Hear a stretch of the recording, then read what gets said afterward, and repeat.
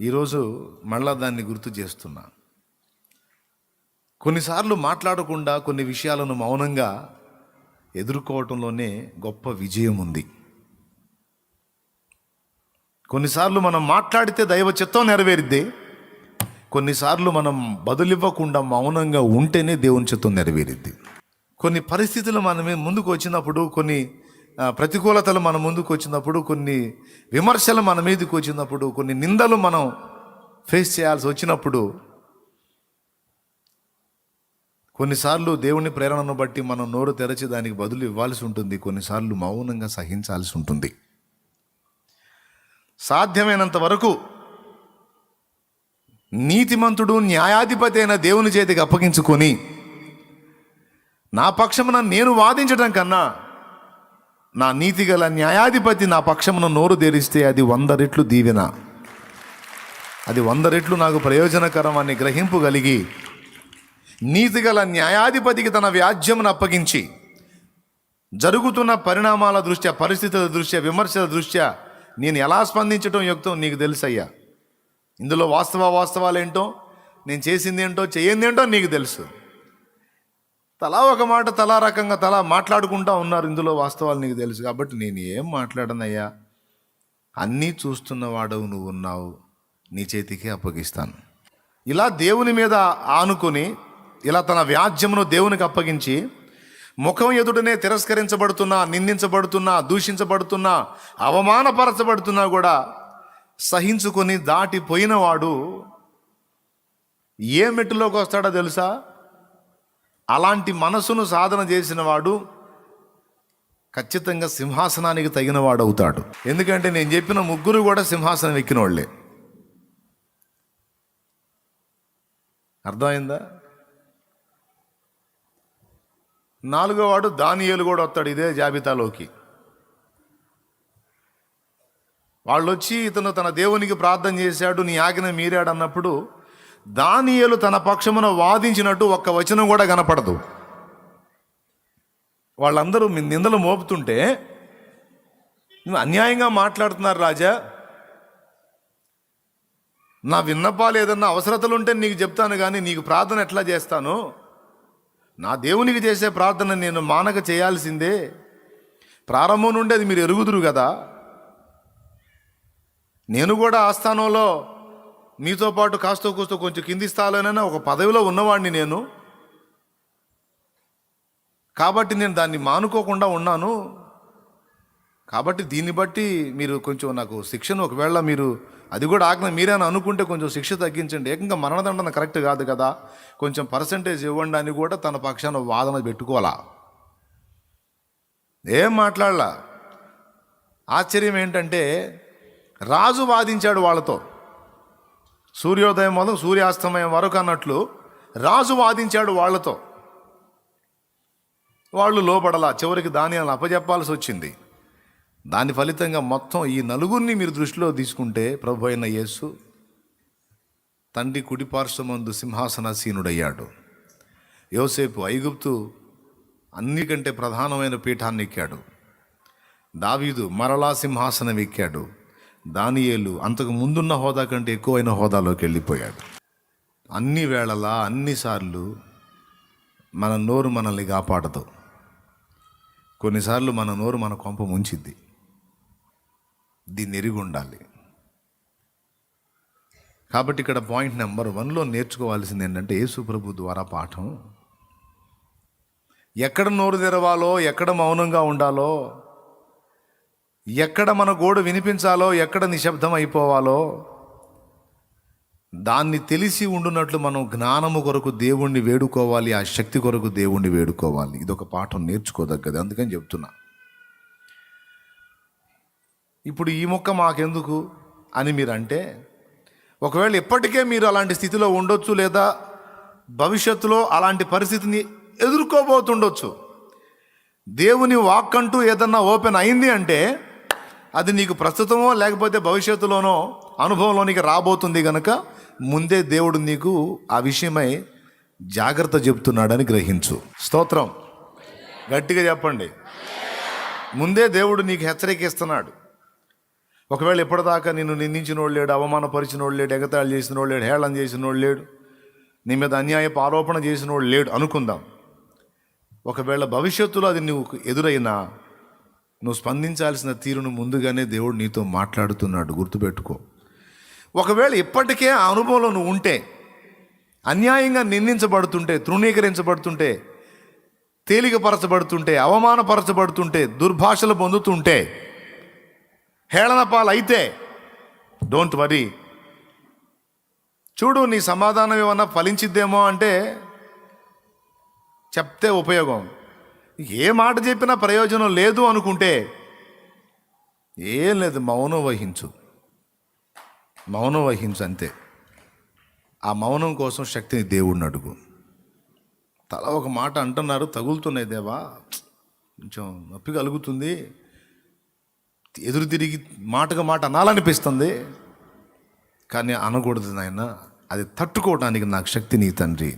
వెంటనే మనం రేగుతాం. అసలు ఒక్క మాట మన చెవికి వచ్చిందంటే ఇక మనల్ని ఆపటం ప్రస్తుతం దేవుడి వల్ల కూడా కాదు. అర్థం చేసుకో తండ్రి, మేమే అంటే వీళ్ళు మాట వినరు తండ్రి, నీకు తెలియదు తండ్రి, ఆగుతండి అని ఎగబడతాం. దానికోసం మనం శక్తి కూడగట్టుకున్నాం కాదు. మన పక్షాన మనం పోరాడేదానికన్నా కూడా ఎక్కువ పోరాడి న్యాయం తీర్చగల సృష్టికర్త చేతికి మన వ్యాజ్యమును అప్పగించుట అనేది ఎప్పటికప్పుడు సాధన ఎంత మంచిదో దాన్ని మీరు నేను అందరూ నేర్చుకోవాలి, అది సహించాలి. నేను గ్రహించా, దాన్ని ప్రాక్టికల్ లైఫ్లో గ్రహించా. రగిలిపోయింది, ఒక్కొక్కటి తోలు తీయాలనిపించింది నాకు, అన్యాయంగా అన్యాయంగా అన్యాయంగా. ఒక హాస్యం చెప్పన, పాస్టర్లలో కూడా కొంతమంది సేవకులను నిందించకూడదు, కానీ సేవకుల్ని నేను నిందించను, కానీ సేవకులము అని పేరు చెప్పుకుంటున్న పండిత పుత్రులు ఉన్నారు, పండిత పుత్ర ఉన్నారు. వాళ్ళని గురించి నేను నవ్వుకుంటా, ఊరి ఇలాంటి మెదడు పెట్టుకుని, ఇలాంటి మైండ్ పెట్టుకుని మీరు ఎలా సంఘాలు కట్టారు, అసలు ఎలా సేవ చేస్తున్నారు, మీ సేవ ఎట్ట తగలబడింది అర్థమైపోయింది. వాడి పనితే వాడి మా తొందరపాటును బట్టే సేవ కూడా తగలబడింది. అట్టనే చేసేదేముంది, ఆవేశం ఎక్కువ, ఆలోచన తక్కువ. వ్యధవల్ని వ్యధవలుగానే ఉండని. దేవునికి స్తోత్రం.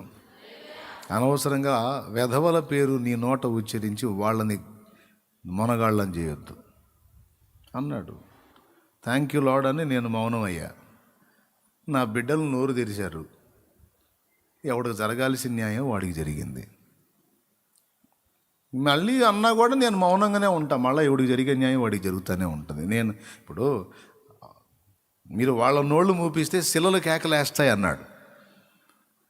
ఇక నేను నా గురించి నేను వ్యాజ్యం ఆడుకోదలుచుకోవాలా. బ్రెయిన్ బాగా పనిచేసినోడు, మనసాక్షి బతుకున్నోడు అసలు నేను చెప్పిన దానిలో వాస్తవికత విషయం ఏంటనేది గ్రహించి అందులో ఆత్మల కొరకు, అన్యజనుల రక్షణ కొరకు నాకున్న భారం ఏంటో అర్థం చేసుకుంటే ఖచ్చితంగా వచ్చి వందనాలు చెప్పిపోతాడు.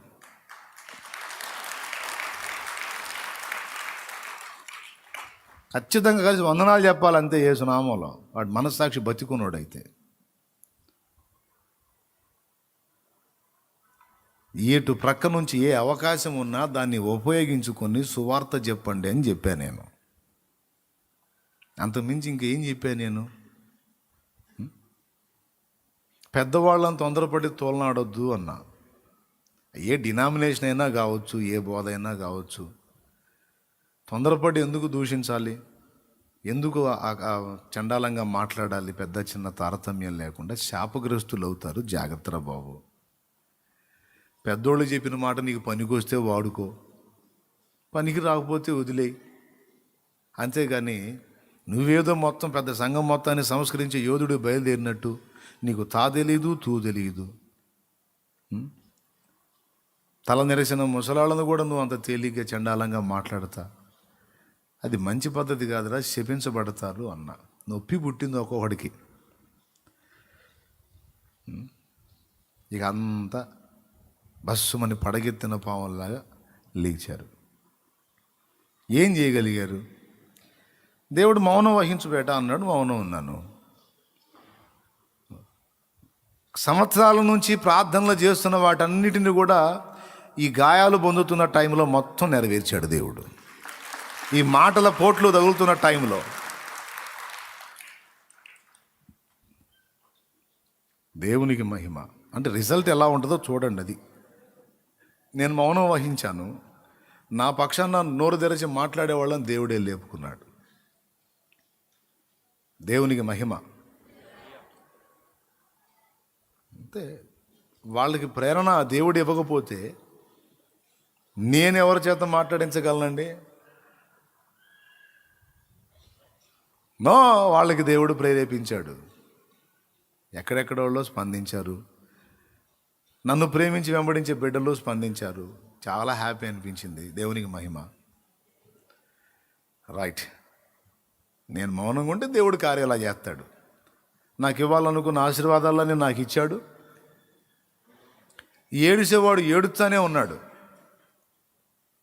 అర్థమైందా?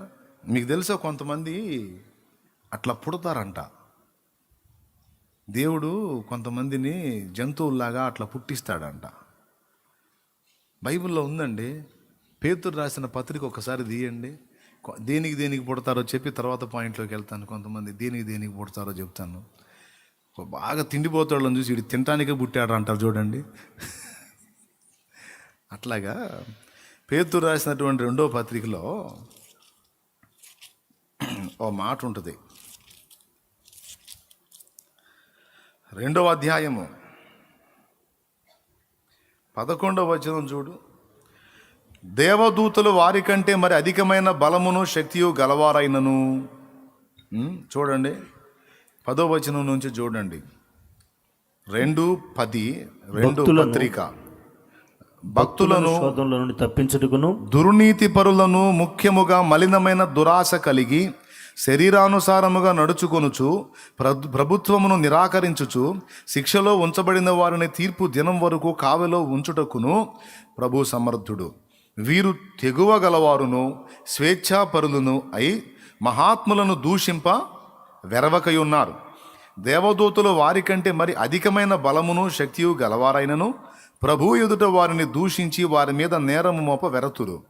వారైతే పట్టబడి చంపబడుటకే స్వభావ సిద్ధముగా పుట్టిన వివేక శూన్యములకు మృగముల వలె ఉండి తమకు తెలియని విషయములను గూర్చి దూషించుచు తమ దుష్ప్రవర్తనకు ప్రతిఫలముగా హాని అనుభవించుచు తాము చేయు నాశనముతోనే తామే నాశనము పొందుదురు.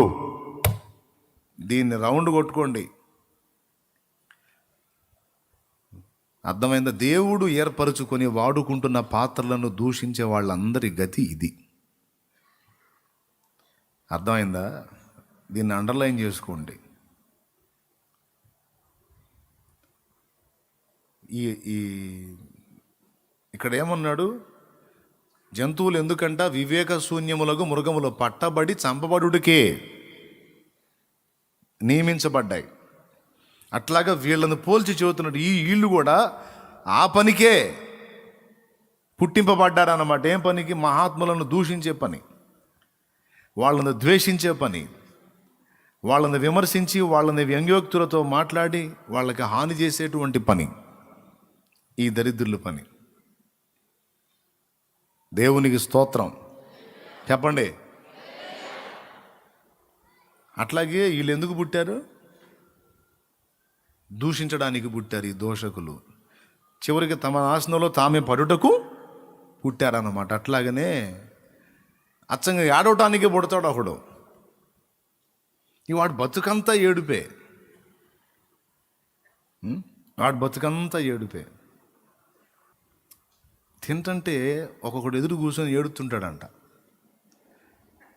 తింటంటే ఎదురు కూర్చొని ఒక్కొక్కడు ఏడుతాడంట. మామూలుగా తింటలేదని. అప్పుడు ఏనంట, ఇంకా అతను ఏయమ్మా అంటాడంట. ఇంకా అతను పోయి ఆ పాయసం ఇంకా అత్తయ్యమ్మా, ఆ లడ్డు ఇంకోటి పెట్టు. ముందు తినడానికి ఏడిచేస్తున్నాడు వాడు. చేయగలిగింది ఏం లేదు. అందరూ ఏడుతున్నారు, నువ్వు ఏడవద్దు. ఏడుపు గట్టాలు నీకు ఎదురైనా నువ్వు ఏడిస్తే ఎదుటోళ్ళు నవ్వుతారు గనుక ఆ ఏడుపు వాడికి స్థిరపడాలంటే నీ ఏడుపులో కూడా నువ్వు నవ్వుతా ఉండు, వాడు చస్తాడు అల్లాడి.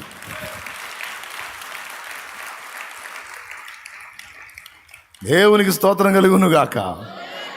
అర్థమైందా? నీ ఏడుపు చూడాలని ఎదురు చూసేవాడికి వాడి ఆశ తీరనివాకు, తీరని ఆశగా వాడు ఏడుస్తానే ఉండాలి. ఏడుపు వాడిది, నీది కాదు. నిన్ను చూసి ఏడ్చేవాడిది, ఏడుపు నీది కాదు. దుఃఖము నీకు ఎదురైనా సరే నువ్వు ఏడవద్దు. చెరగని చిరునవ్వుతూ సాగిపోతానే ఉండును. ఇలాంటి పరిస్థితి వచ్చిందా ఈడు ఏడవడైందిరా, ఈడు ఏడితే చూద్దామని ఉండరా నాకు అంటారు ఒక్కొక్కడు. చివరికి ఏడవడైందిరా అని వాడు ఏడవాలా. ఎప్పుడు ఎడుతారో ఈడు ఏడవడైందిరా, ఏడవదేందిరా అని వాడు ఏడవాలా, నువ్వు ఏడవాలి. దేవునికి మయం. ఏడిస్తే ఏసై పాదాల ముందు ఏడు, అంతే. ఈ ఏడుపు కొట్టు రకాల ముందు గంభీరంగా నవ్వుతా తిరుగు.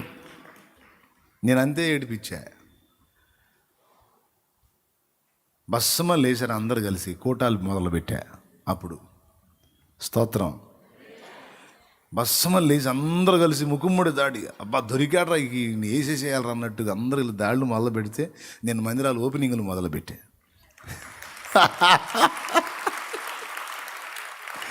రోజా పండగ అయిపోయింది. అరే మన ప్రయత్నములు ఎట్లు వ్యర్థములు అయిపోయినావు చూడు అన్నారు కూడా. మందిరాలు ఓపెన్ చేసుకుంటున్నాడు అండి, మందిరాలు ఓపెన్ చేసుకున్నాడు. అతనికి ఏమైనా పడుతుందా? అరే అదొక ఏడుపు అయిపోయింది.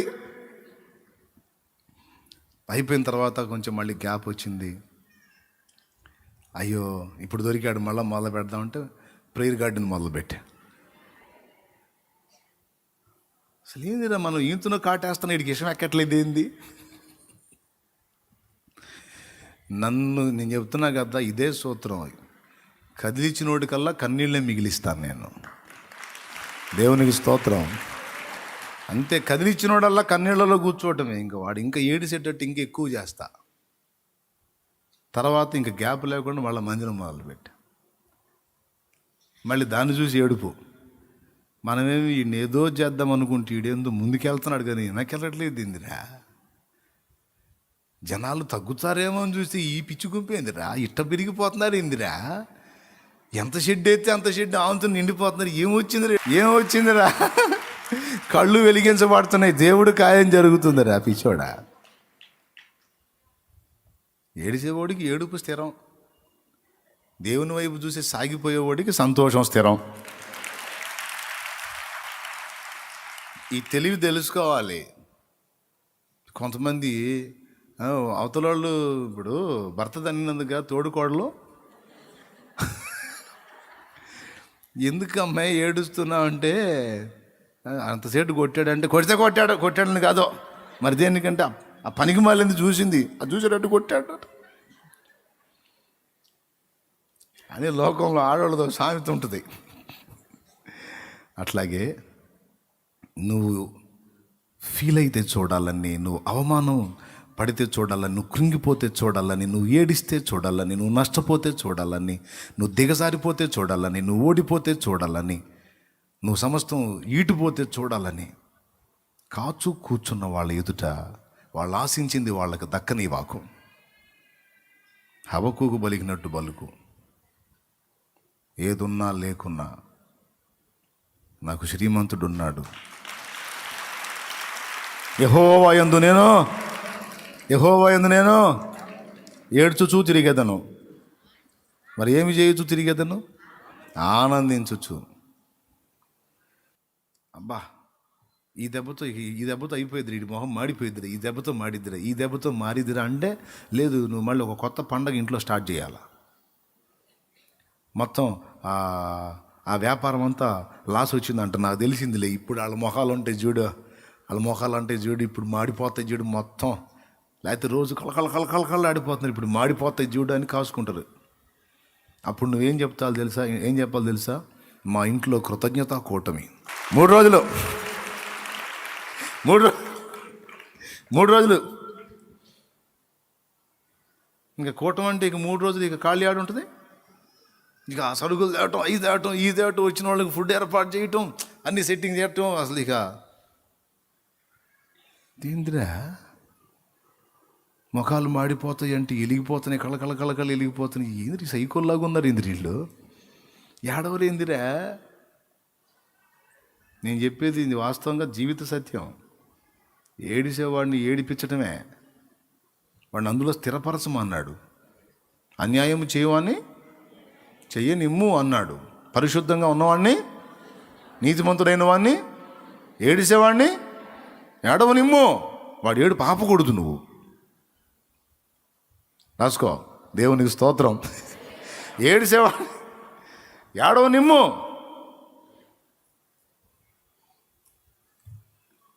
నేనేం లేదు, నేనేం నోరు తెరవలా, మాట్లాడలా, నవ్వుకుంటా ఈ పనులన్నీ చేస్తూ ఉంటే పిచ్చెక్కింది ఒకడికి. నెత్తి నోరు కొట్టుకున్నారు. చిరునవ్వుతో సాగిపోయా. నా పాటలు ఆగలా, నా మాటలు ఆగలా, పరిచర్య ఆగలా, ఇంకా ముందుకు దూసుకెళ్ళింది. గడిచిన సంవత్సరాల కంటే ఇంకా ఎక్కువ ఆత్మల రక్షణలోకి వచ్చినాయి. హల్లెలూయా. ఎందుకంటే మౌనంగా అప్పచెప్పాను, ఆనందంగా సాగిపోయాను. ఇక ముందుకు నువ్వు అలాగనే సాగగోరాను. ఇక అంతకుముందు అప్పుడప్పుడు చూసి ఎవరు ఏం స్పందిస్తున్నారు అనేది చూసాను. ఇప్పుడు ఇక అది కూడా పక్కన పెట్టా. ఇక ఎవడేమన్నా నాకు వినపడవు. దేవునికి స్తోత్రం. ఇక వాడు కొట్టుకోవటమే, కుయ్యో మొర్రో వాడు మనకి వినపడవు. నా ప్రియమైన దేవుని బిడ్డలారా, మౌనం వ్యాజ్యమునకు దేవునికి అప్పగించి, వ్యాజ్యమును దేవునికి అప్పగించి సాగిపోవలసిన ఘట్టాలు కొన్ని ఉంటాయి. నేర్చుకుందాం, జాగ్రత్త పడదాం, ఏడ్చేవాడిని ఆడవనిద్దాం, మన సంతోషాన్ని చూసి సంతోషపడేవాడిని సంతోషంలోకి నడిపిద్దాం.